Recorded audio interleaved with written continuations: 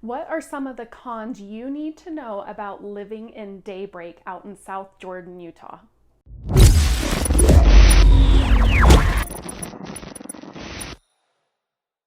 Hi, this is Melissa Ballman, and I am a realtor here in Utah. So what that means, if you're thinking about buying or selling real estate in Utah, then I would love to connect with you and help you out and see what I can do for you.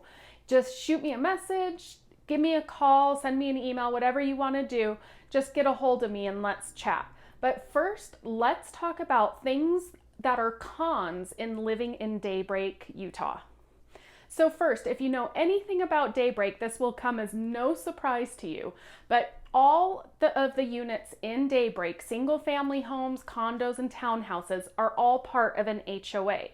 But what most people may not realize is actually most units, townhouses, and condos have two HOAs that you pay, or a sub-association, and those vary depending on if you pay the sub-association monthly as well, or if you pay them quarterly. But if you're looking in Daybreak, a single family home, the HOA dues are running, somewhere around $130 a month. That's the cheapest HOA fee I have seen in Daybreak. And then if you're looking at a townhouse, it goes up. And if you go to a condo, it goes up even more. So between those two HOA dues, you could be looking at up to $500 a month between HOA and sub-HOA dues. Next, the lots are really small in Daybreak.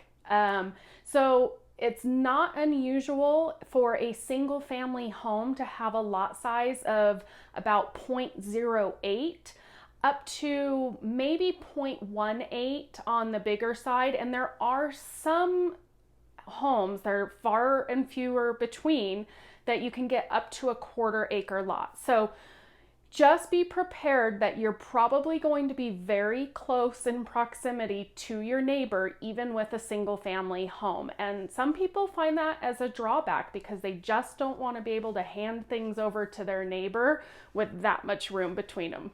So speaking of tight quarters in Daybreak, that brings me to my next drawback with living in Daybreak. And that is many of the streets and driveways are very, very small. Some units don't even really have a driveway. So if you have multiple drivers in your home, like I do, having a teenager, then there's a possibility that you may not have space for 2 cars in a garage plus a driveway because your driveway might be that big. You can see in some of my video clips that the streets are narrow. Some of them have some weird driveways and access to get into homes. But even when you're driving on the main streets, they can get pretty tight. You can see even people in certain parts of Daybreak, they have little cutout areas for cars to park right next to the sidewalk so they're not on the street. In these videos, I'm driving a Jeep Grand Cherokee, and you can see I would not be able to pass another car with the cars parked on the street because of the narrow width. Next, with HOAs, Daybreak has some of the highest transfer fees that you see. When you purchase a home or sell a home, that transfer fee is negotiated between the buyer and seller of who actually pays for it. However, Daybreak does charge 0.5% in a transfer fee anytime you buy or sell in the Daybreak community. So what that means is if you're looking at a $500,000 home in Daybreak, you need to count on an extra $2,500 potentially that you are paying if you don't negotiate for the other party to pay it.